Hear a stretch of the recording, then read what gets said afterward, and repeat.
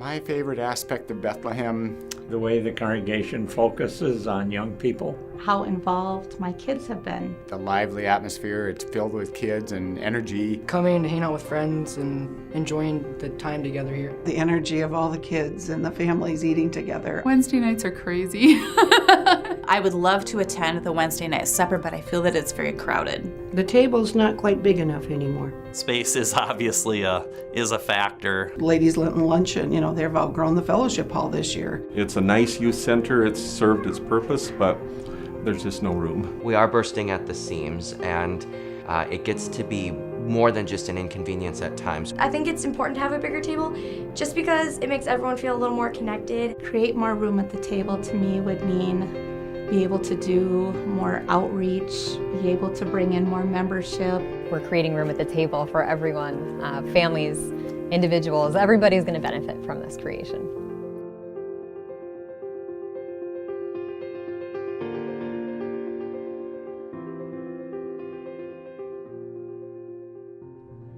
Bethlehem Lutheran Church began over 130 years ago when people gathered in a one-room claim shanty because they wanted to gather and worship and share around the table of communion and encourage one another and their families to grow in faith. From those humble beginnings, there have been many times when the people of Bethlehem have stepped out in faith to create more room at the table, to build new sanctuaries, to build educational facilities, to create a fellowship hall, to build a chapel. And from that time, Thanksgiving 15 years ago, the ministries have filled this new facility, filled it to overflowing. As the psalm says, "My cup runneth over." That has truly happened here at the New Bethlehem. I think the biggest thing that keeps me at Bethlehem is I really enjoy The open friendliness, it always feels genuine here. Everyone is very friendly and very welcoming. You are welcome here. All are welcome. You are welcome at Bethlehem.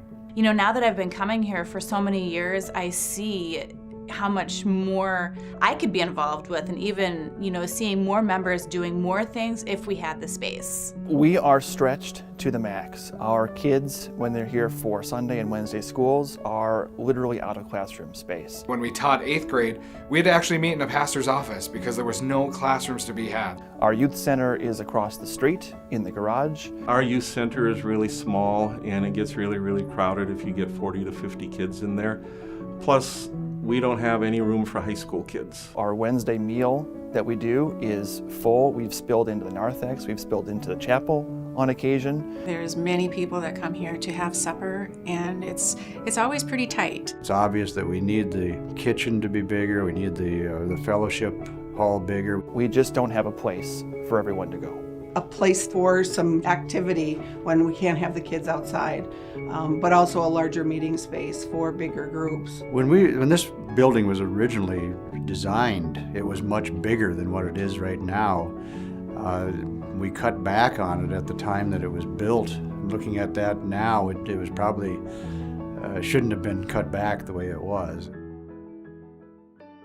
The expansion project, as proposed, really consists of 3 areas. That's expanding the classrooms off to the west. And we want to educate the young children all the way up through the adults. We also want to expand the fellowship hall, which would accommodate space for serving, for Wednesday suppers, for other gatherings that happen during the week on Sunday and other days. And then we've also proposed a multi-purpose room, which will go on the southwest wing. That will allow us to do lots of things that we haven't had the opportunity to do in the past.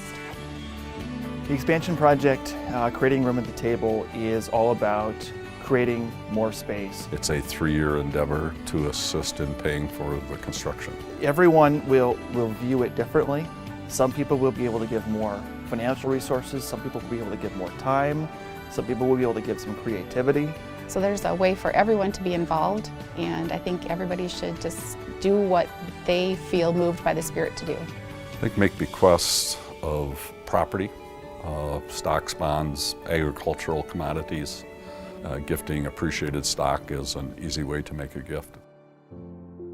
I'm involved because I care about the future of the church, and I've got small children here who are going to grow up, and we're hopefully going to be members for a long time. So I have a vested interest in making sure that this place is the best it can be.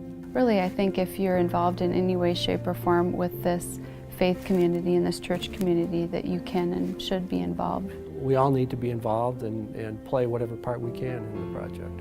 It's really an exciting place to become involved, and if you put something into it, you'll get a lot out of it.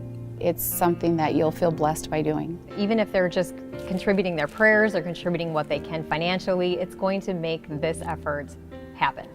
The only challenge I would say is think about it hard and dig deep, pray about it.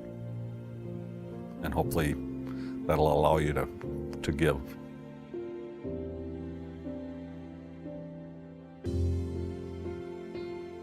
We serve a God who has reached out to us and poured out God's self for us.